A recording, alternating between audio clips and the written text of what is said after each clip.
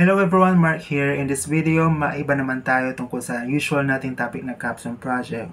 Mapunta naman tayo sa topic na tungkol sa trabaho. Specifically, ano nga ba yung mga processes na kinaharap ng mga gusto mag-apply bilang isang software engineer o isang software developer. So lahat ng mga processes na yan, babanggitin ko din dito in this video. So check natin yan. Okay, so in this scenario, I will be assuming na kakapasan nyo lang ng inyong application sa company na gusto ninyong pasukan. So, yun yung scenario natin ha. So, after that, ano ba yung mga next na mangyayari? The first one is yung pre-screening na process.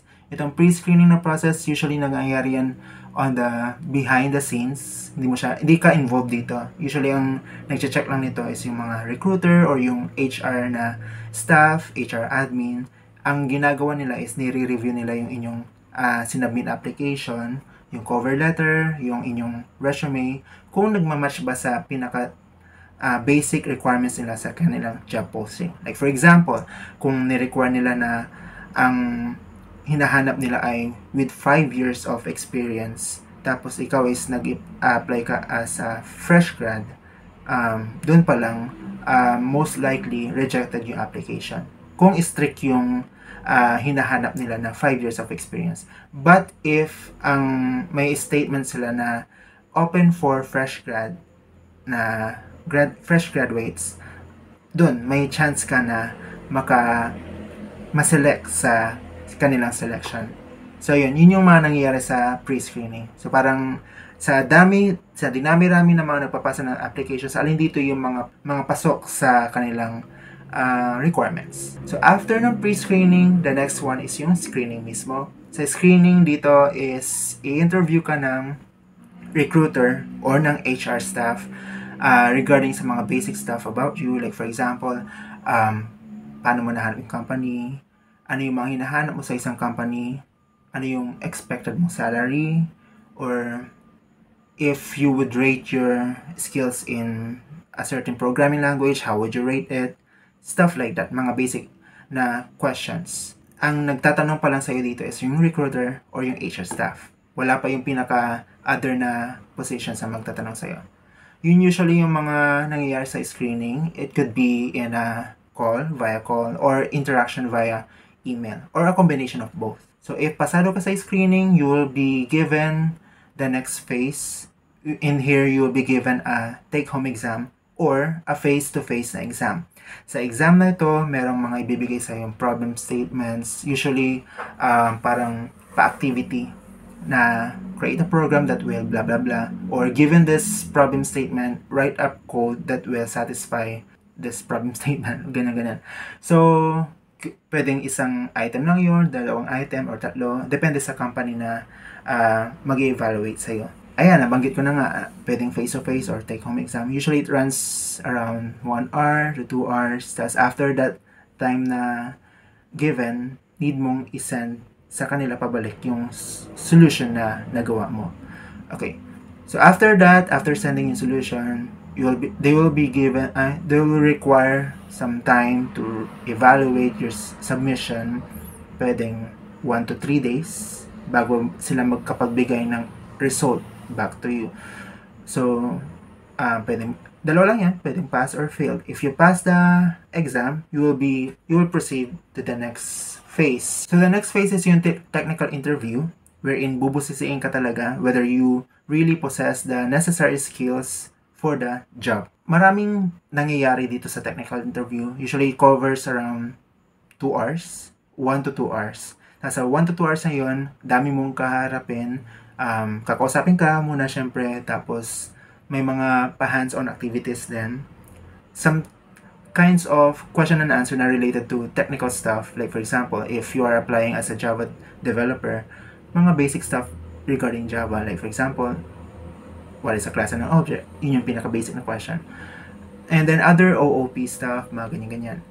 Meron din mga hands-on activities, like for example, yung SQL exam, wherein sa SQL exam na to, you will be given a problem statement. Tapos, dapat masatisfy mo yung solution na hinahanap ng problem na yun. And another is, pwedeng may code na ibibigay sa'yo na may mali. Sa code na may mali na yon, need mong i-identify yung fix na needed para mag-run ng normally yung program na yon. Other scenarios is, pwedeng may panel interview din. Some companies also do that. Panel interview, tatlong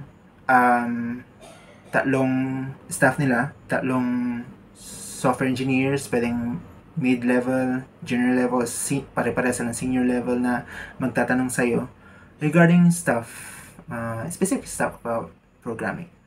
Ayan. So, masyado siyang madugo. But if you prepare for it, there will be a higher chance na makapasa ka sa technical interview. Now, if ever na makapasa ka sa technical interview, there's two possible na pwede mangyari. Either mag-proceed ka sa next technical interview, pwedeng mas higher up yung makausap mo dito na another run of technical interview, or pwede ka na mag-proceed sa pinaka-final interview.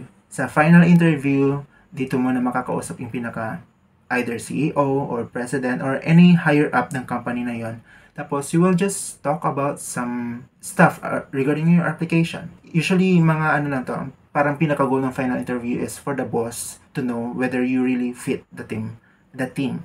So, parang more on your principles yung tinatanong dito. Mga questions like, if ever ma-hire ka, gaano katagal mo balak mag-stay sa company na to, or ano yung mga triggers mo, or mga red flags mo on a certain company na magpapaquit sa'yo, magpaparesign sa'yo.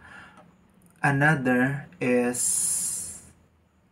usually mga stuff about ano yung expected mong salary, something like that. Mga basic na stuff, pero more on knowing your character. So, prepare on din dito, yung mga questions regarding sa personality or on your character. Now, if nagustuhan ka ng boss or ng CEO or ng president, ang next phase after ng final interview is you'll be offered a job offer.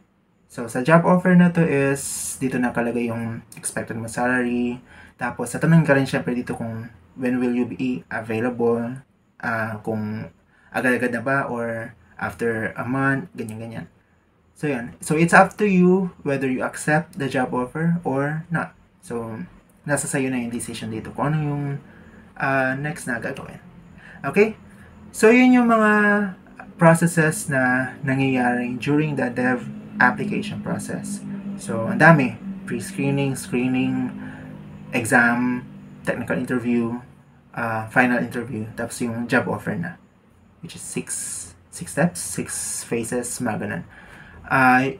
Usually covers around 1 to 2 weeks, or hindi, 2 to 3 weeks, yun, ganun siya usually. Tapos, ayun na. So, yun lang po for today's video. I hope naging informative itong discussion natin today. So, if you like this content, kindly give it a thumbs up, subscribe, and watch out for my next videos. I post new content every Friday, 10 p.m. So, click the notification bell if hindi nyo gustong ma-miss out yung mga bago kong content. Yun lang po. Have a nice day. Bye!